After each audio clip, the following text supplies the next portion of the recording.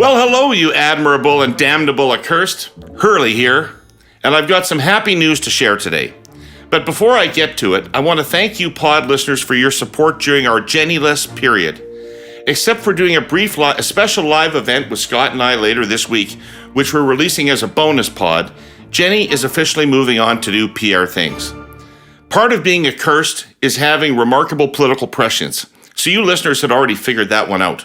Well goddamn done. Jenny was such a huge part of making this show exactly what it's become.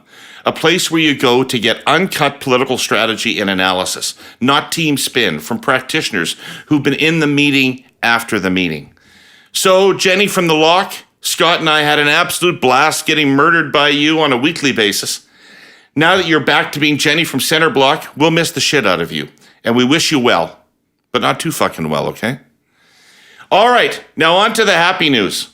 I'm so chuffed to announce that Kory, Teneycke, Jordan Leichnitz, Scott, Reid, and me, we're the Curse of Politics panel you're going to get every week. Hope you dig it. But if we end up just pissing you off, well then, nothing's really changed, has it? All right, let's get to this week's rundown. We'll dive deep into the Emergencies Act inquiry. What are the libs trying to get done here, and where are the traps? What's the NDP play? And the new eternal question, what will Pierre do? Speaking of Poilievre, everybody from Mulroney to Kenney is telling him to run from the center. What does that mean for him in practical terms? He signaled he'll run hard on the economy. Will the Libs or the NDP have an economic counteroffensive? Our cursed clipping is Heather Schofield's piece in the Star on inexorable inflation and what we might do about it. And Mr. Pinsent will call things to a halt with our hey yous. Scott, Kory, Jordan, we're it. How you all feeling about it? Great. Very excited. Season 6 of MASH, here we come. Brand new cast. So long, Frank. So long, Henry. Getting the band back together. When we spun Curse of Politics off from the Hurley Burley, Scott Reid thought he was going to be Mr. Roper. Exactly. You're getting shunted off to the piss poor sequel. This isn't Frasier. Right? This isn't Frasier. This is Tabitha. Remember Tabitha? Remember the spin-off Tabitha from Bewitched? The answer is no, you don't. That's because it only ran for like 2.5 episodes. So. Anyway, we don't wish Jenny too well. I mean, I love her, but it's she's gone to Mordor. So, we've got to assemble this. Mordor is nice this time of year, especially when you get into the winter months, the volcanic ash, the heat from it. It makes it actually quite livable. And let's be real, Jenny doesn't need your wishes. She's going to do just fine. I think that's for fucking sure. We do get to see her later this week, which is going to be awesome. Awesome fun. My hope would be that she runs an amazing, flawless campaign and then Poilievre fucks it up somehow.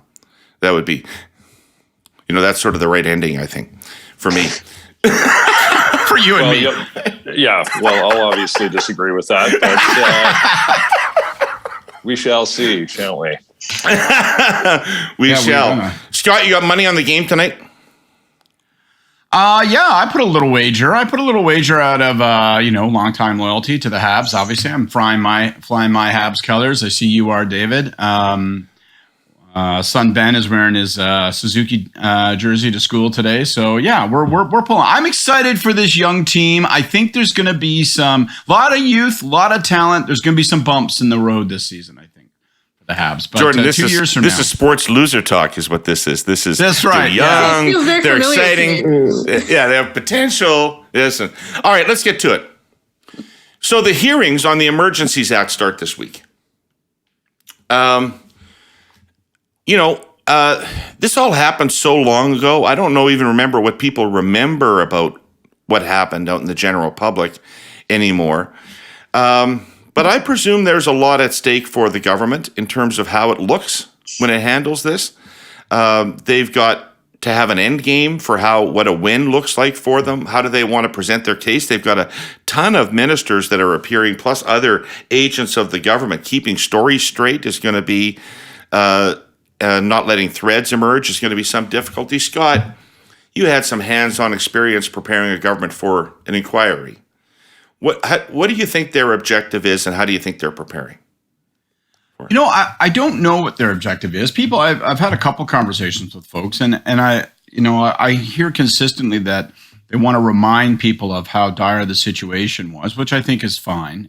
They began with a small knock against them because we had this unhelpful and I think, frankly, not wholly relevant argument around whether or not the cops actually called them in or didn't call them in and all that sort of stuff. And that sidetracks. And I think that puts them on their back foot starting. But, from my perspective, there's a couple of things. I think that the government wants to immediately establish that there's the people, to the degree to which they want to focus on this, they should focus on this through a dual test. Right. One is there's a legal obligation in terms of triggering the act, and is that met? And we've got a dispassionate, apolitical process now, as opposed to the barnyard farce that was the parliamentary hearings. By the way, parliamentary hearings are really taking a beating. You just can't get anything out of them anymore. They're complete partisan bullshit. But in addition to that, I think that the Liberals want to make certain that there's a common sense test established. That after 3 weeks where, the Ottawa police chief couldn't get his hands around this thing, where, this downtown core had been effectively taken over, that at some point where you had weird shit happening on borders crossings in Alberta, that it was enough was enough. And if the instrument's too blunt, and if the instrument is frightening because it's so coarse and you don't really have a lot of other options at the federal level. Well, that's a learning maybe, but ultimately they had to do it and to establish a common sense test. I mean, I don't know if we're going to come back to the PM's testimony directly, but there's, I guess, a couple of other things that I would say is there's jeopardy in that they have more. We didn't have to, at the Gomery inquiry, Paul was the first prime minister since Sir John A. Macdonald to appear in a judicial inquiry, right? It hadn't happened in that long. So, and this is the first since then. So there are very atypical events, and they're by definition uncomfortable because the prime minister looks odd. He's being, in effect, litigated and prosecuted. So it's a defensive posture. Mr. Martin, when he appeared in 2005, had a constraint that this government and this prime minister does not. In 2005, we want to be really direct about it, and there's still lots of scars and scabs about this, but I want to be really direct about it. Our goals were sort of twofold.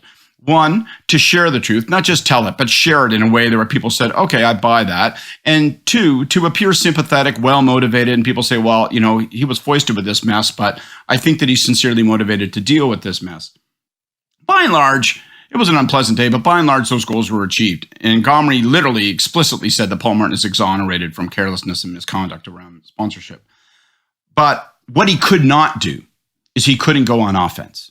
He couldn't say, for the love of Christ, everyone here knows that this was an operation run out of the Prime Minister's office, answering to Pelche, who was dealing directly with a senior bureaucrat, Guite, with 2 or 3 other political hands. This is a very tight operation that was run by that group of folks, and they trusted no one else. They involved no one else, and they sure as shit didn't involve, Chrétien's chief rival. So he couldn't say that. Trudeau can say those things. Trudeau can, and I think it's going to be a really interesting. He can say, listen, this is what I did and what I didn't do, but let's get real. Right? These weren't truckers. This was an illegal occupation. This was crazed. People were under threat. Businesses were ground to a halt. There was economic loss. There was social dislocation. There was fear and anxiety about this. And we had to act. Paul couldn't level those accusations because of the internal party dynamic and all of that.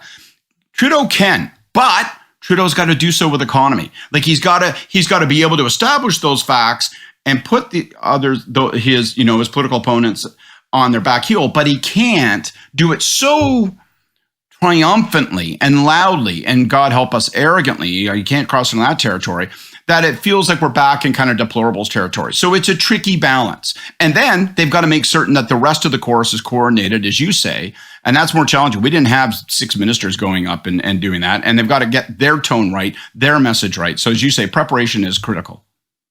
Sorry, I know that was long, but, a little historical tour to tab. Jordan, when the Emergencies Act was invoked, it was pretty popular decision. The protests, the occupations were very unpopular, and public opinion indicated that most people supported the government's effort to stop them. Do you see anything coming out of this inquiry that would change people's minds about whether the government did the right thing or not? Surely that's the question. Yeah, I'm not sure if it's the question, actually. I mean, I lean a little bit more towards what Scott is saying in terms of how the PM comes off in his testimony. I think is going to be really important. I mean, I'm not sure that most Canadians are really going to be very dialed into this. This is now something that's happened almost a year ago. I mean, I remember it really well because these yahoos were camped out like right by my house, and it was real unpleasant. So I'm curious to see, particularly what the Ottawa police have to say for themselves in this. But I mean, to some degree, I think it's a little bit of a trap for Trudeau because there will be a temptation to go there. And particularly because some of the leaders of the convoy are also testifying, and to really engage and to really potentially make it a bit of a partisan attack on Pierre Poilievre. And I think that's such a mistake. I think that if the Prime Minister is able to keep his testimony pretty straight up, he will probably do okay. Like, this is something to be survived, I think, for him. But if he gives into what we might call his natural tendency to embroider a little bit on some of these things, I think that it could really be a disaster for him. Kory, they seemed really reluctant in the parliamentary committee phase of this, and I agree with Scott. Having appeared before a parliamentary committee, I think they're less than judicial fact-finding exercises. But nonetheless, the government seemed really reluctant to share, frankly, any of its rationale for why its legal rationale. I mean, there's an obvious rationale, but the legal rationale to qualify for this Emergencies Act, they seemed really reluctant to share that. Do you have any idea why, and how will that play out through this inquiry if they continue to stonewall that way? Well, I guess I have maybe a little different perspective in that it was, fairly heavily involved in the Ontario government at the time of this. Like, I think it was a very complicated situation in terms of as policing on Parliament Hill and in that environment always is, because you have these very unclear lines of jurisdiction. The RCMP is supposed to be protecting certain streets and the hill itself, and then you have Ottawa City Police, and then you had the OPP in the mix as well, trying to get the Ottawa City Police to actually do their job. You had Ottawa City Police not listening to the chief. You had the chief reluctant to actually take certain actions. So it was just a gigantic mess, I think is an accurate description of that. Where I think things turned, at least for the province, is the blockading of international border crossings, and having the governor of Michigan calling and saying, look, we're going to have to shut down factories on our side of the border because of the supply chain disruptions, and having to send Ottawa workers home on the Ontario side of the border, and having literally billions of dollars of trade halted. I think that's where I think for some of the public and also for some of the political leadership, things really turned from an Ottawa problem to something that was far, far broader in terms of its scope and the issues related to it. I think there's a trap here for the opposition as well as the government. I think this is talking about the past as opposed to the future, which if you're Poilievre and you're scoring good points talking about the economy and those kinds of issues, this is this is an off-ramp onto another set of topics, which, while I think overall probably favorable for them, not as favorable as playing the center of the fairway on the economy. So I think it's kind of a distraction there. I think it's mostly bad news for the government in the sense that I think there are a lot of different stories out there and versions of what went on that are going to emerge from the various, the list of witnesses is huge. And it's another chance for my favorite witness of all time, Brenda Lucki, to come and share her wisdom with the world, which if this time up at bat is like her previous ones, it's going to go very poorly. And that part of it is what I think where the opportunity for the opposition lies more on. It's just these questions around core competence of the government. Can these guys get things done? Do these guys run a tight ship, or is everything sort of footloose and fancy free and lacking in accountability, lacking in the sort of rigor that you would hope a government would demonstrate in terms of how it makes decisions and how it gets things done? When you've been patient, very patient, because you're in a conversation with a group of people and you have something valuable to add, but you're waiting until precisely that right time. Well, Herle for our presenting sponsor, TELUS, this is that right time. We've been leading up to something important these last number of weeks with our conversation about the inefficiencies and downright failures of 14 years of the same Canadian spectrum policy. how we're now years behind all other G7 countries in 5G technology adoption because we couldn't auction our available spectrum sooner, and how we could have been way further ahead in reducing our GHG emissions and fighting climate change had we done that. I spoke last week about a special announcement from TELUS. It's a white paper they're publishing on spectrum policy in Canada. More accurately, it's a thoughtful, thoroughly researched examination of the complexities of the issue, over a year in the writing. But it doesn't leave it there. Critically, it presents an opportunity for meaningful reform. Specific ideas and recommendations that will help us auction more spectrum sooner, provide better connectivity for both urban and rural Canadians, lower the cost to provide connectivity, and spur greater competition among carriers, access employment opportunities, healthcare innovation, education, and other public services, catch up and compete in the global innovation economy, not to mention recover economically sooner from the pandemic. I'm only scratching the surface here.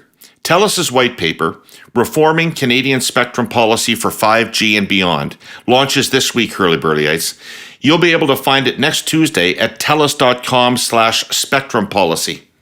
If I've piqued your curiosity in any way telling this story over the last little while, give it a read. Like anything of value, it was worth waiting for.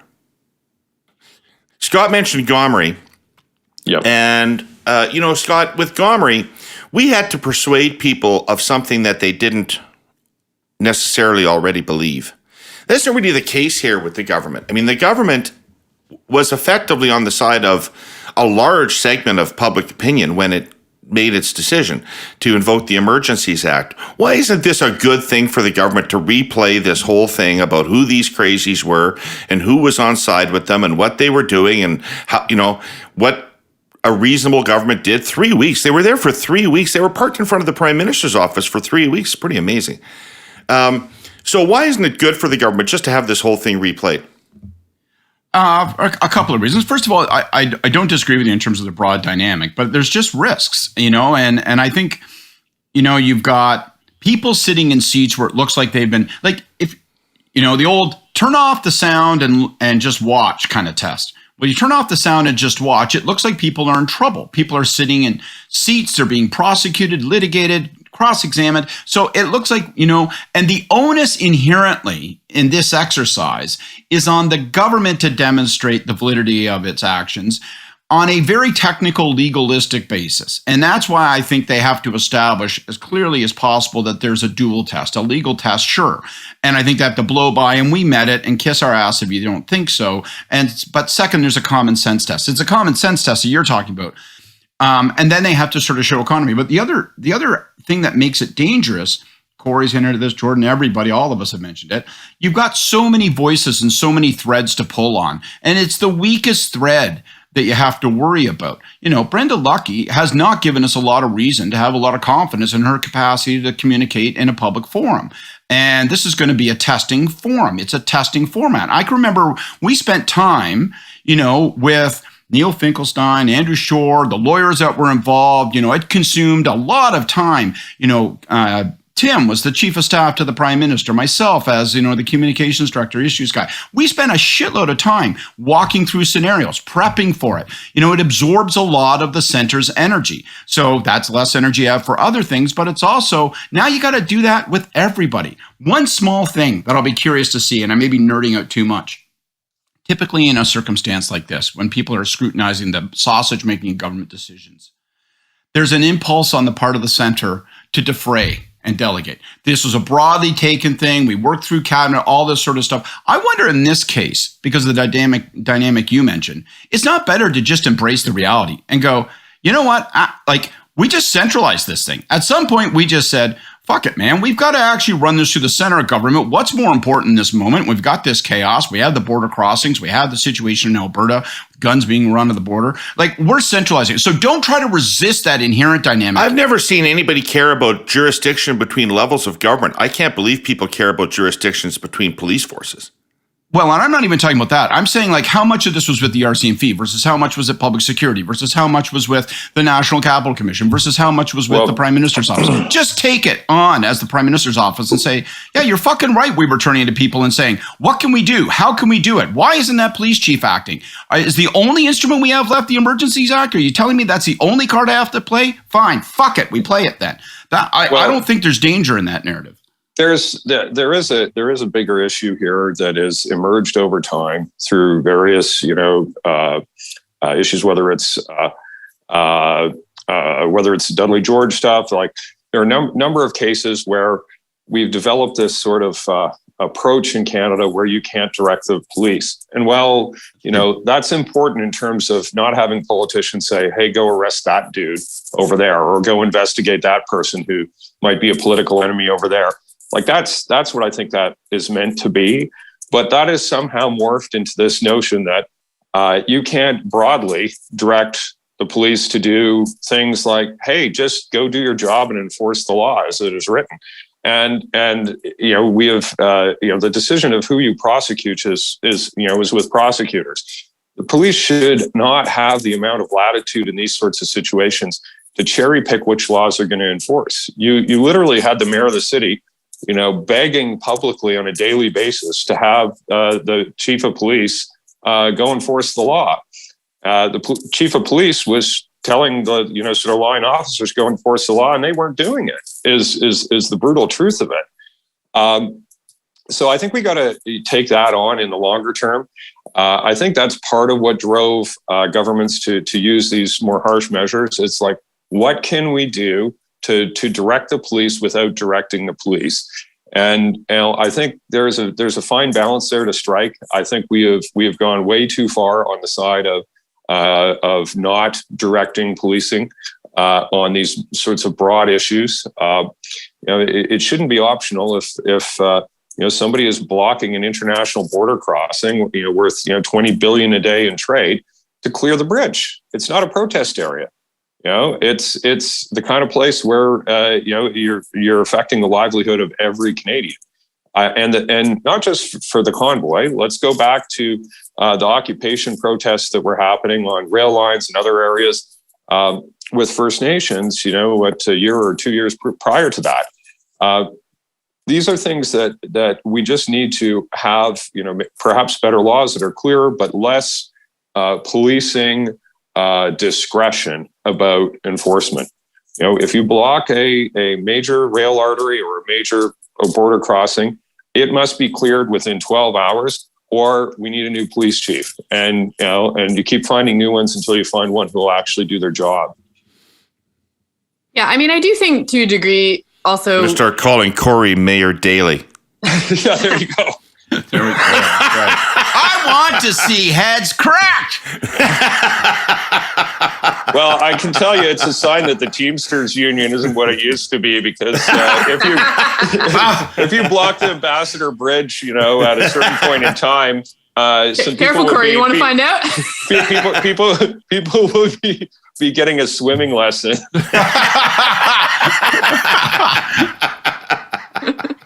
I'm going to hope the Teamsters didn't hear you say that.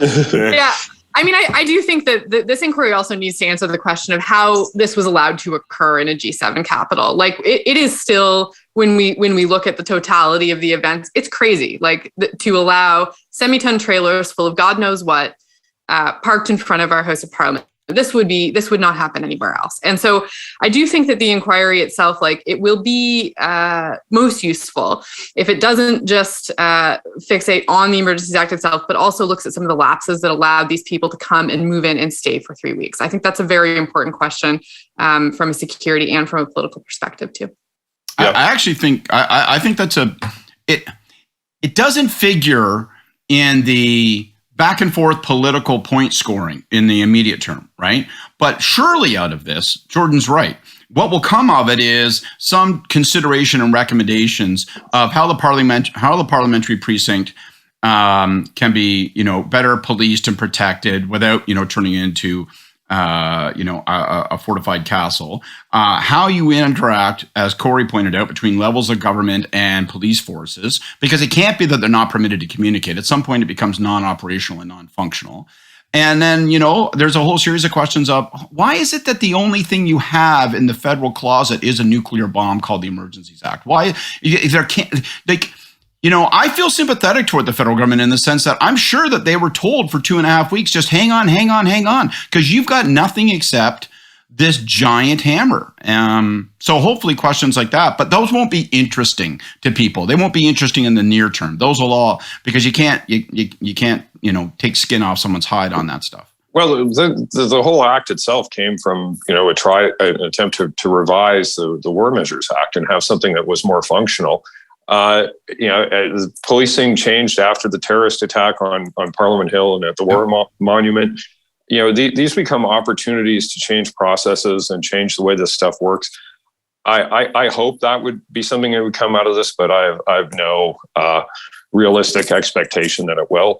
But it does come back to, I think, the policing issues. We have very, very broken police services in Canada, starting with the RCMP, who seem to be better at sexually harassing and abusing women on their force than they are at actually fulfilling their mandate.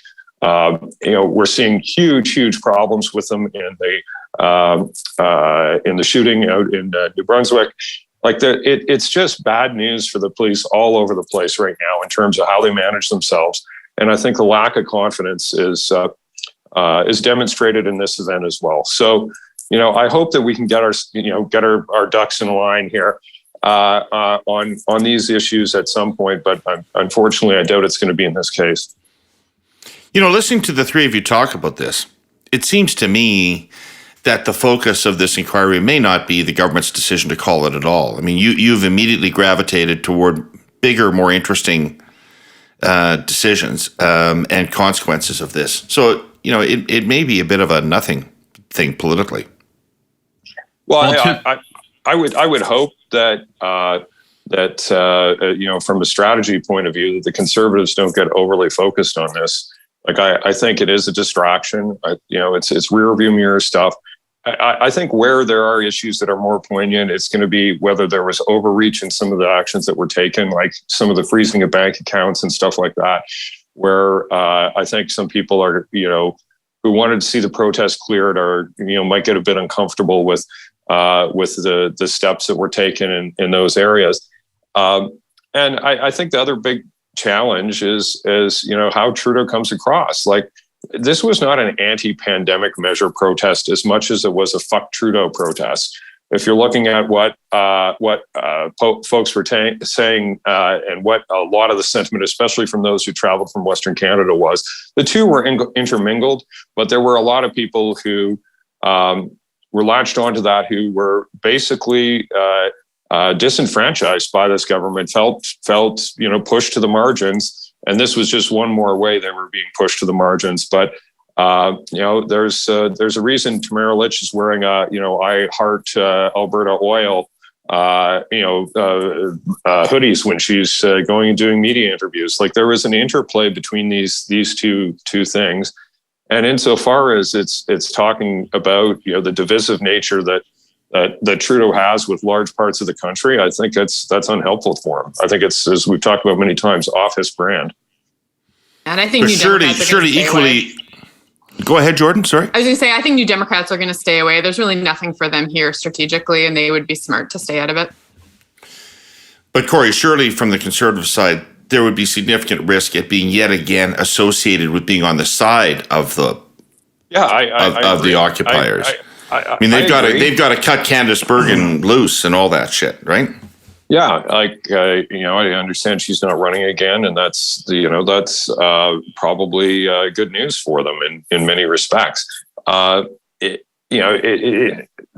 we've talked about so many times, campaigns and elections always are more about the future than the past, and every moment you're talking about, this thing that happened a year ago, and it could be 3 years ago by the time the next election rolls around, is time that you're not spending talking about issues that are in the here and now, or issues that are going to affect people's future in tangible ways. I just think it's, even if it's a good issue, and this is a mixed issue for them, not a good issue, it's, comes with good and bad. it's not as good as the talking about cost of living issues, talking about interest rates and inflation. I agree with that, David. I'll just make one last point that responds directly to your point about, well, you know what? Maybe this gravitates toward broader policy questions and becomes something less than we might expect. Maybe. The only asterisk on that is I remember walking out of a cabinet meeting when we were debating whether or not to call the Gomery inquiry, and you can imagine how heated those debates were and how divided cabinet was on that. Quebec members very strenuously against it. Lots of tensions. And Francis Fox turns to me, and remember, Francis was the Solicitor General in 1977 when the MacDonald Commission and the activities of the RCMP was called.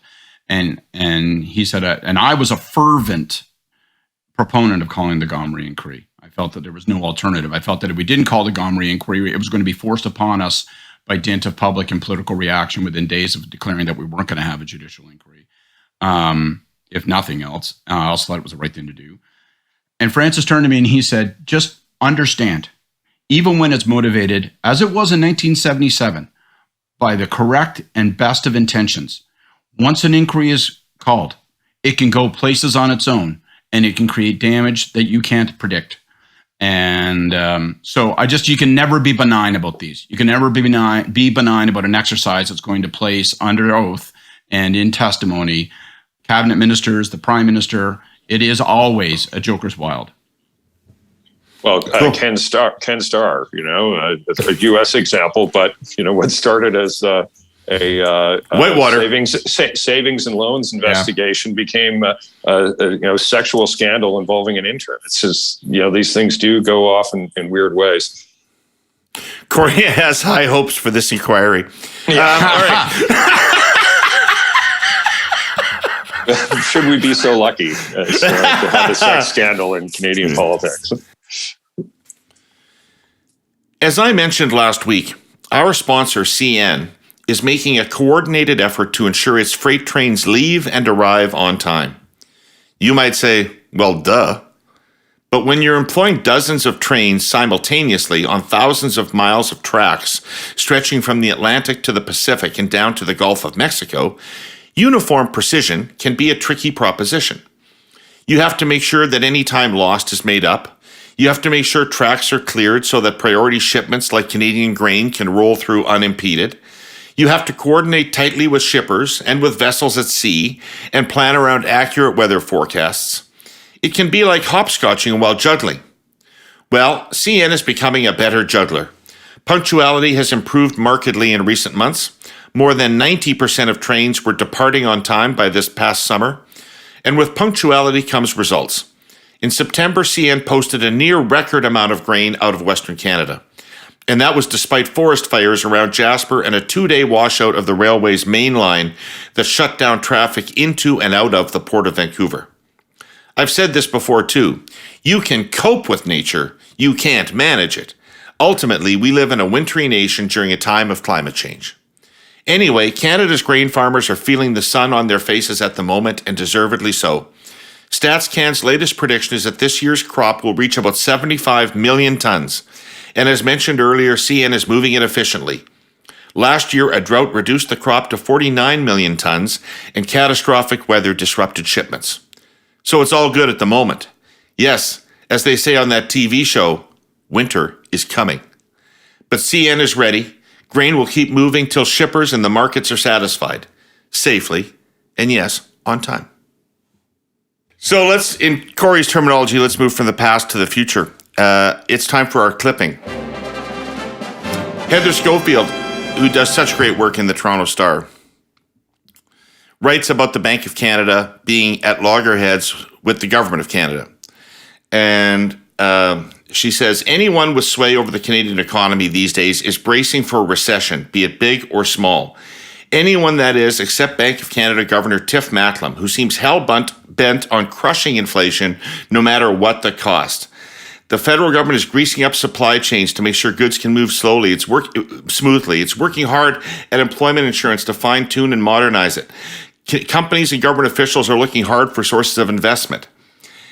Not Macklem. He served notice this week that even though the economy shows signs of softening and inflation may be abating, he will raise rates again and again until prices stabilize.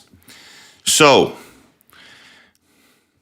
when does a government get in trouble for the actions of the Bank of Canada, Jordan? I think right about now. If Macklin does what he says he's going to do, the chickens are going to come home to roost on this. I mean, look, the Bank of Canada is independent, but I don't know any Canadian who really cares about that. This is going to hurt families more than people are already hurting. And I think that strategically, the smart money is on parties, and I include the New Democrats, and that if they can take a firm but polite tone that's negative on such a potential future decision. Some of this comes out of the fact that Macklin was slow to act initially on inflation. So that seems a bit like a you problem for him now, and the fact that he's wanting to bring that back and now increase inflation when we're seeing cost of living still so high, wages are still not growing at the same rate as inflation. So this is not being driven by wages. People's purchasing power is down. This is a very, very dangerous mix politically. So I think that the government needs to find a way to signal some disapproval for this. And I think that the New Democrats should be doing the same.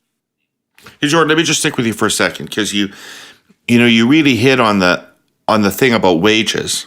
I mean, the Bank of Canada has actually been explicitly asking employers not to raise wages. And it seems to me that the whole Bank of Canada effort has been geared at keeping inflation expectations in Canada from rising to the level of inflation that the international situation. So here's my understanding. International situation happens, China, zero COVID policy, Russia invades Ukraine, inflation soars around the world.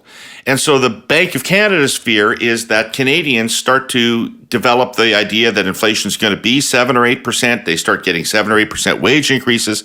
And then you have a domestic drive of inflation. So that's what they're trying to kill. It started off not being a Canadian phenomenon, but they're almost fighting Canadian psychology with their interest rate increases. Yeah, so that's true. But I'd say that the problem is that, of course, this is layered on top of a decade of wage stagnation, right? So it's not happening in a vacuum. So you're already dealing with a situation where Canadians' wages haven't, by and large, been growing the way that they should be. And so now you layer the inflation on top of that. So you have people who really are quite hurt by this, and the purchasing power is down in a way that's really dangerous. I think politically, this is an incredibly volatile situation. And if the bank raises rates again, I do think that the government is both going to need to be negative about it and going to need to step in with more measures, because people just are not going to be able to make ends meet in this scenario. I understand what the Bank of Canada is trying to do with respect to not normalizing inflation within Canada, but unfortunately, that doesn't detract from the reality that people's paychecks aren't growing and that they still have to go out and buy groceries. So I really think it's a moment where the independence of the Bank of Canada is not serving anybody politically or strategically, and folks should be taking a careful look at how they respond to that. Oh, how the worm has turned here. Like, all of a sudden, trigger warning for Andrew Coyne, saying that the Bank of Canada is this sacrosanct independent organization that is beyond criticism of anyone in elected office in any way, shape, or form, which people were hectoring Poilievre about for months. I think people are going to want to eat those words. And I think it's a great opportunity for the Conservatives and for Poilievre, because I think there is tons of criticism that can be legitimately leveled at the Bank of Canada in terms of their slowness in acting initially, in terms of the decisions that they're making now. If you're seeing huge inflation in a globally, in the global world markets, all of our major trading partners are having large inflation, and we're an integrated economy with them. So the inputs that we're bringing in and the goods that we're bringing in are all going up in price. And we think that we can just be this little island of Canada that is going to buck the global trend on inflation. And we're going to fight that in a way that is not in lockstep with other central banks. I think that's nuts. And I think it's going to elicit a whole lot of criticism. Schofield's piece is indicative of that, but I think you're going to see a lot more.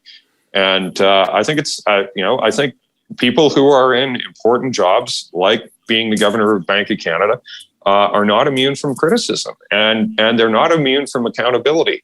And the accountability ultimately flows up to the elected government that appoints them. So, I would be dusting off resumes for people to appoint if I were the Trudeau government, because they might come to a place here where the criticism mounts to the point where they want to make a change and they want to put somebody in there who's going to pursue a different policy than this governor is. Hey, Scott. Yeah. If you're running the Liberal campaign, would you rather cruise into the next election with inflation having been defeated but 2 years of recession as a consequence, or with the economy growing and inflation at about 7%? Well, your prospects for election are probably better in the latter, but it's definitely giving you a shittier economy and a shittier future. But I'm not sure those are the only choices, unfortunately. I think the alternative to scenario one might be a whole set of, like, it could be stagflation. We could end up, I mean, we haven't seen it bite on jobs yet, but it doesn't make sense to me that it won't eventually. I mean, if we're doing everything we can to grind the economy to a halt, is eventually, all the millennials who haven't returned to the workforce will have no option to return to the workforce, right? And like, I just think, I thought this was a fantastic column because I think that it previews the whole ballgame, politically, economically. We're in such a weird time. Yeah, on the one hand, tensions between central banks and governments go back to, as Kory hinted at, Diefenbaker firing Andrew's father. But, they, and that's normal. That's kind of a tension when the central bank has to apply unpleasant medicine, then governments dislike that. And but now we're in this world where it's not even obvious that those measures will work, or have they worked already, but we haven't recognized. I mean, that's a subtlety in Heather's piece, which is, and we're seeing this in the U.S. where critics of PALs are also saying, well, hang on, you've run chemo through the system, but we haven't stopped to check the vitals. So, it might have worked. Like, it might be working. And don't we need to pause before we go further? The risks of pausing, however, are all the things that you mentioned, David, in terms of people's psychology, wage, by the time you get back to unpausing, wages are starting to be contracted at, 6-7% increases, and then you can't get your hands around it. And look, what the fuck does the interest rate in Canada have to do with the war in Ukraine, the de-Sinoization of the global economy as we sort of friendshore, as they say, the chip conductor crisis, and so on and so forth. So it's not even obvious that the central bank instruments necessarily meet the moment, but they're the only instruments available to us fundamentally. But they aren't. I think they aren't. And this is part of what, I think is a great opportunity for the NDP, because this is a more comfortable policy for them. You see, prices have risen on food and other essentials. You're seeing the prices that are being charged in some cases outstripping what those increases are. And you're seeing corporate profits that are at record levels in some parts of the economy. I think there's a valuable vein of ore to be mined there for the NDP in terms of saying, it's not just interest rates. We could slap additional taxes on corporate profits over a certain amount if, we see you effectively price gouging, raising prices more rapidly, or, like the used car market, for instance, where prices should have gone down, but, you see them still at the record highs that were at the peak of the used car market. These are all areas where I think there's an opportunity for the NDP to show a lot of relevance. Talk about the worm turning. You're talking about wage and price controls. Brother Kory. Well, I'm not saying that. David, you're muted. I'm not saying I would do it, but I'm saying I think there's an opportunity for the NDP on that. Yeah, and why not Poilievre? Why not Poilievre? I mean, populists like Huey Long or Teddy Roosevelt would have been slapping Galen Weston around in public. Well, I think the bully pulpit, there's certainly an opportunity to do that in some of these cases, to call out bad behavior. But, I just think fundamentally the economics of bringing in wage and price controls are so antithetical to conservatism and free market principles that, you're never going to see Pierre Poilievre or any other notionally conservative government bring those in. But I also spend some time doing public opinion research, just like you guys do, and that it's not unpopular to kick Galen Weston in the balls once in a while. Yeah, I hate to say it, but I really agree with Kory on this one. And I do think like we're starting to see the New Democrats are going there. So, they did their opposition day this week they've termed it greedflation. So we'll see if that sticks. But I think it's, it's cute. And they're going after grocery prices and putting forward proposals on an excess profit tax for corporations that are profiteering. I think that these are proposals that could meet with some support. I'll be interested to see if the Liberals and the Conservatives actually vote to support this motion. But I think they're on the right track here. And for exactly the reasons that Kory suggested, not just because these are measures that work politically that aren't interest rates, but also because it's a territory that the Liberals and the Conservatives can't really tread on equally. That anti-corporate with a sort of slight anti-business bent, that is territory that New Democrats can own. They can take the issue and they can own it. So I think that if they're able to stay crisp and focused on it, there could be some good dividends for them there. Yeah, I'm not as convinced. I'm in all honesty, I think you guys might have the right recipe, but you're mistaking who's in the kitchen. I think all three parties would be crowding these kinds of policies within 6 months. Like but this started with Kory saying, well, it's not the only remedy to the broad economic challenges that face us. And I think, to be honest, they remain not the answer. They are probably temporary policies that any government that's interested in fostering political support during a difficult economic time probably want to get ahead of and be championing. But ultimately, they don't solve the problems that we're talking about. And so the question really becomes particularly onerous for the Liberals because their fundamental interest is in getting this economic crisis behind them before the next election, which again takes us back politically. They've got to be maintaining common cause with you, Jordan, because they cannot permit an election until, the ash is settled and the flames are out.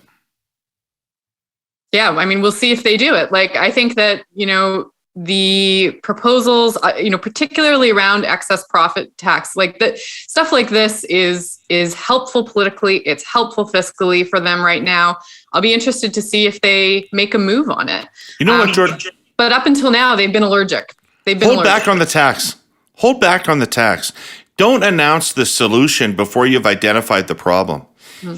You can get a lot of juice out of just the rhetoric of identifying the problem before you need to introduce a solution. And the tax solution is going to be more controversial than the diagnosis of the problem. Right? Yeah. I agree with that. Yeah, they may get there. I think it's been in the mix for a while now. It was in the mix during the campaign as well. So we'll see. We'll see if they are able to get traction with this. But I do think, certainly in some of the research, public opinion research I'm seeing, Canadians are willing to pin some of the cost of living increases on corporations. And that's a really important slice of the electorate to go for right now. Yeah.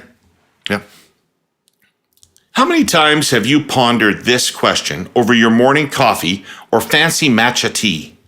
Does Canada have enough shipping container capacity? Yeah, thought not. Well, I'm here to tell you the answer is an unequivocal no, we don't. And on behalf of our newest sponsor, the Vancouver Fraser Port Authority, why it's so important they build Roberts Bank Terminal 2. The Port of Vancouver is our country's largest port and already a vital hub, and it's only becoming more vital. Business and trade needs are growing in Canada. Marine container terminals link businesses, big and small, to the global economy. Just think about what's been happening these last couple of years with our supply chains. Connecting Canadians with the goods they need when they need them means scaling up before we run out of space, strengthening the connections between Canada and the rest of the world. Roberts Bank Terminal 2 will do that. And it's not just about delivering the much-needed container capacity. When it's all built, the economic impact will be 17,300 well-paying jobs and $3 billion in additional GDP annually. Which brings us to the Vancouver Fraser Port Authority. So why should they build it? Well, they've got a proven track record of building sustainable infrastructure projects and are a trusted partner to government, Indigenous groups, local communities, and Canadian businesses. I've thrown a lot at you here, and we'll talk more about this project in the coming weeks, including how it can help lower the cost of consumer products we all use. That's sort of important, eh? But for now, I just want to leave you with this thought. For all the reasons I just talked about, Roberts Bank Terminal 2 is the opportunity Canada needs. All right. Well, this takes me to what I wanted to talk to you folks with about the next election, which is I've been watching the U.S. election, and it really seems to have settled down. If you look at the advertising that the parties are running, the Republican advertising is overwhelmingly about either cost of living or high taxes. And the Democratic advertising is overwhelmingly about abortion and the overturning of Roe.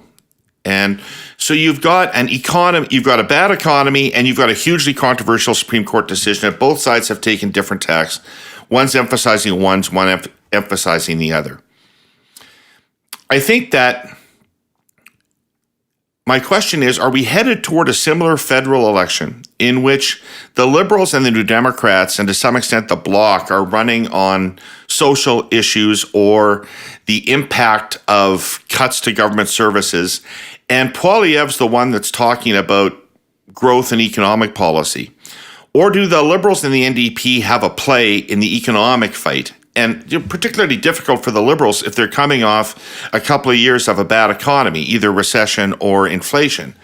But nonetheless, in my experience, you can't get elected without credibility on the economy. And I mean, Jordan, you could speak to this as the history of the NDP. And when the Liberals lose, it's because one of the reasons is because they've run out of track on the economy, and people just don't think they're doing it anymore, and they can manage it.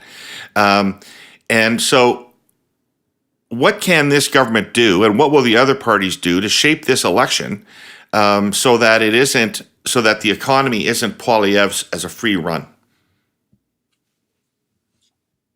Well, maybe I'll jump in because I agree with what your analysis is coming up to the U.S. midterms, and I read with great interest Bernie Sanders' free advice to the Democrats in The Guardian this week. I don't know if you saw it, but he said I didn't. Yeah, he said it would be political malpractice for the Democrats to put forward their closing argument without systemic economic critiques that appeal to the working class, and I could not agree more. So, I mean, the campaign that you've just described is I think a nightmare for New Democrats. If it's just on cultural issues, progressives will lose. That is unquestionable. I think that if that dynamic is going to be disrupted, it's not going to be just disrupted at the election. That work has to start now. So that's why what's happening right now in terms of responding to inflation is so critical, that both the Liberals and the New Democrats have to really remain squarely focused on things that real people care about. And that doesn't, to take the US example further, that doesn't mean you don't talk about abortion, but you have to wrap that in with issues around cost of living, around wages, around people's daily lives. And I think that what is maybe missing from the equation here in Canada, and I'll speak particularly to the New Democrats, is like they're broadly maybe on the right track thematically, but this critique has got to be sharpened so that it gets to a place where Pierre Poilievre can't be the answer, right? So there also needs to be a very strong and a very pointed case made about the ways in which Pierre Poilievre is not on the side of working class people. So that means going back, talking about things like his opposition to minimum wage increases, his opposition to fair taxation on corporations and stock options polls, things like that. They're really concrete examples, and they need to be really making that case. But I think that if they head down the path that we're seeing right now with the U.S. Democrats ahead of the midterms, that we're in big trouble. Interesting. Scott, what do you think? I think it's going to fail in the United States, unfortunately. I think, first of all, we don't have a cultural issue, a social issue as potent as Roe v. Wade. And I think there's evidence that its potency in terms of moving the electorate is starting to fade a little bit, as they've got about a month left to go. And I think the potency of money versus, the shittiness of some of those stupid Trump candidates like Dr. Oz and stuff, I think unfortunately some of that's fading. So I think we're going to have an example of how your caution and your anxiety, David, which is you've got to have an economic storyline. I think that's going to be demonstrated in November in the United States, much less a year, 2 years, 3 years here. So I feel fervently that the Liberals have to have an economic argument, and that has to start now. And it can't just be. It goes to those things that we were talking about. They're going to have to play a little bit of populist cards. They're going to have to skip back and forth on both feet as the Bank of Canada pursues a tight monetary policy, but they're going to have to figure out how they respond with fiscal policy. And I think if they just say, the answer to everything is childcare, they're going to lose this election in a landslide. I go back to it. To me, the swing thought for the Liberals, when they look at Poilievre and the Conservatives, it's you're not stupid, you're wrong. That's what they have to demonstrate to the electorate. It isn't that the Conservatives are stupid and awful and we dislike them. It's that they're wrong. So start by arguing what's wrong in their analysis of the economy now, what's wrong about their prescriptions, and build on that and make certain that you're a clear alternative to that. Because if they forfeit the economic and cost of living discussion, and just run on, the deplorables with, we've got dental and childcare, they're going to lose. That's not a winning prescription. By the way, just one small thing. I beat up on her a lot. I can be tough on Chrystia Freeland. She gave a speech yesterday on economic matters on the eve of these IMF World Bank meetings that was pretty damn good. And it was kind of high level and international in its ambit, but there are elements of that are being teased out and put into practice in pure political terms here in Canada. And so I hope they're moving towards something more coherent. Well, I'll be less charitable to the finance minister. I think it's not just needing to have an economic message. I think it's needing to have much better communications, and this sort of tilt your head to the side and wag your finger at people about how this is a global problem, or this is something outside our borders, or pointing to things that don't affect you, like a HST rebate that you're never going to get, or a childcare subsidy that you don't qualify for, or you don't have children. All of that sort of condescending finger wagging bullshit is seemingly the only key on her piano. And I think it's tone deaf. I think it's not just the lack of message. I think it's the messenger and the style of the messaging that really is part of the problem here. Well, I think that they need to lay some track for what kind of territory they're going to own, you guys. I mean, it's very difficult for the Liberal Party to ever be seen to be better at macroeconomics than the Conservatives. It's just a brand advantage that the Conservatives have. They're going to care about business more. They're going to care about the economy more, money more. They're going to probably bring in lower taxes than Liberals, probably want smaller deficits than Liberals. People concede all that territory. But Liberals can win, and presumably New Democrats can win, on the microeconomic impacts of things. Like, for example, in the 2014 provincial election in Ontario, if you looked at the data, it looked like the Conservatives owned the economic issues after 13 years or whatever it was of Liberal government. But partially because of Hudak's campaign and partially because of our campaign, people thought the Liberals were most likely to create jobs in the province. Well, campaigning on saying you're going to fire 100,000 people doesn't help. It was helpful. It was very helpful. It was the first step. It was the first step towards creating 1 million jobs. Like, you got to right. Like, there's a little down to the bottom of the press release. Addition. You got to boil down the sauce before you make gravy. Come on, guys, you're being unfair. Yeah. So I mean, I think the recession may be if there's a recession, it may be the window that the Liberals need to establish what they're going to be about on the economy.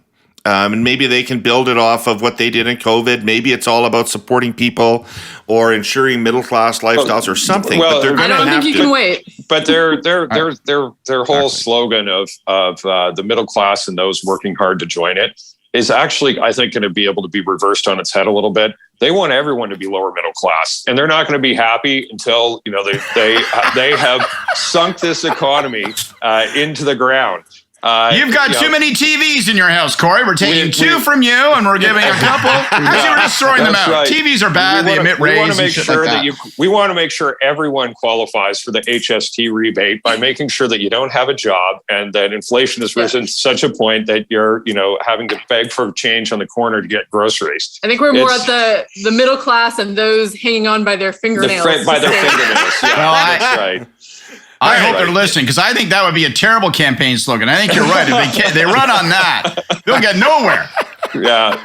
Well, but this is a challenge. And I think if there is going to be unemployment in this economy, if we are going into a recession and that's going to hit, it's not going to hit evenly and it's not going to hit across the board. I think it's, the areas where you're going to probably see larger job losses are probably more with millennials and, white collar jobs. Those are the people who are going to be the most easily, displaced through that.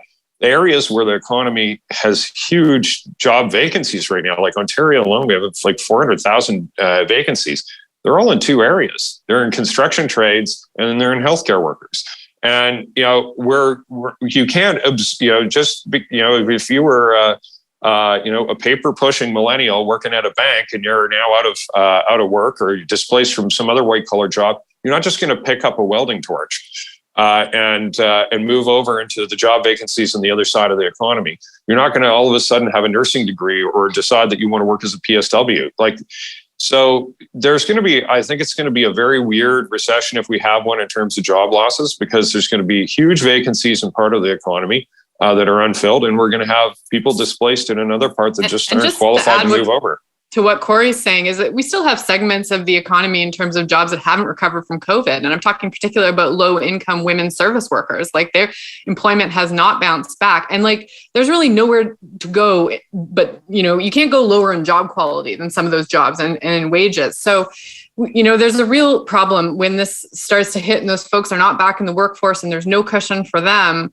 You got a lot of people really on the edge. And I do think that these people, are also voters, right? For Liberals. Like, these are women, these are people who form part of the core constituency. And so if there's not policies that are getting them back into better quality jobs and to better quality work, there's going to be some big problems up ahead.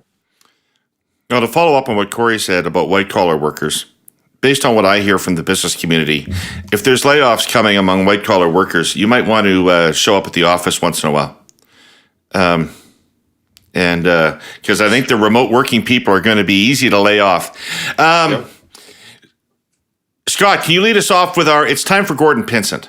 Ladies and gentlemen, please return to your seats. The Hey Yous are about to begin.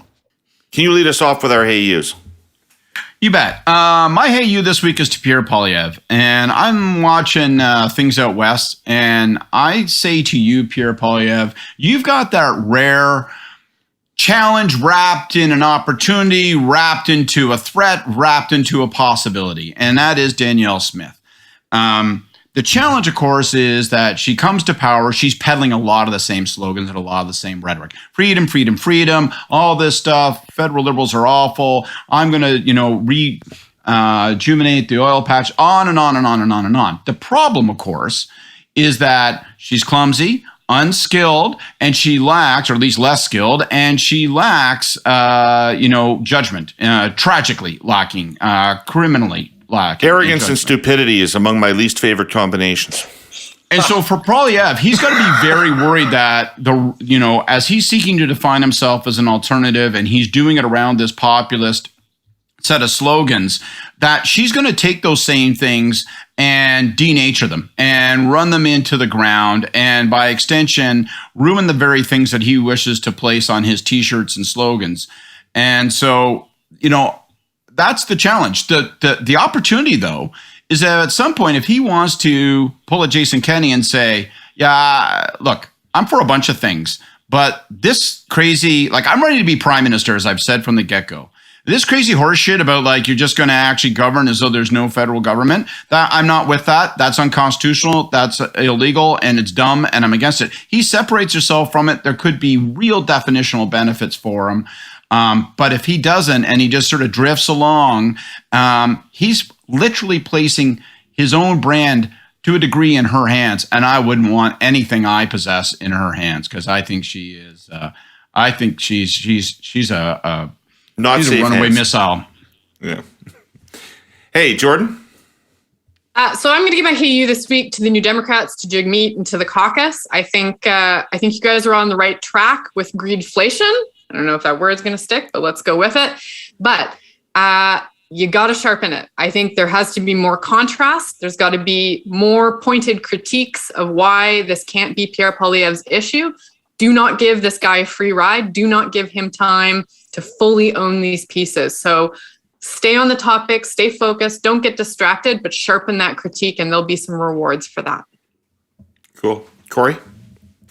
Well, I'm going to do my hey you to my buddy Nick Cavalis, who is going into the final week of campaigning in the city of Brampton, and Nick only knows how to fight one way, and that's hard. And he's going to have a huge fight to try to displace Mayor Patrick Brown, and I wish him luck.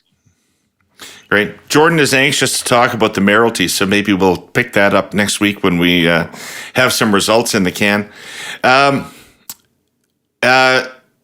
My hey you goes out to Jonathan Wilkinson, Minister of Natural Resources, continues to go into Alberta and Saskatchewan and at least talk to people rationally about what the government's trying to do, what it's definitely not going to do, how these policies are intended to work. I don't know if he's winning hearts and minds. I don't. But it's sure worth the damn effort, and not enough people are doing it. And I give Minister Wilkinson all the props for continuing to wade into what is increasingly hostile territory and try to have dialogue with people. So thanks for that, Minister. Thank you, everybody.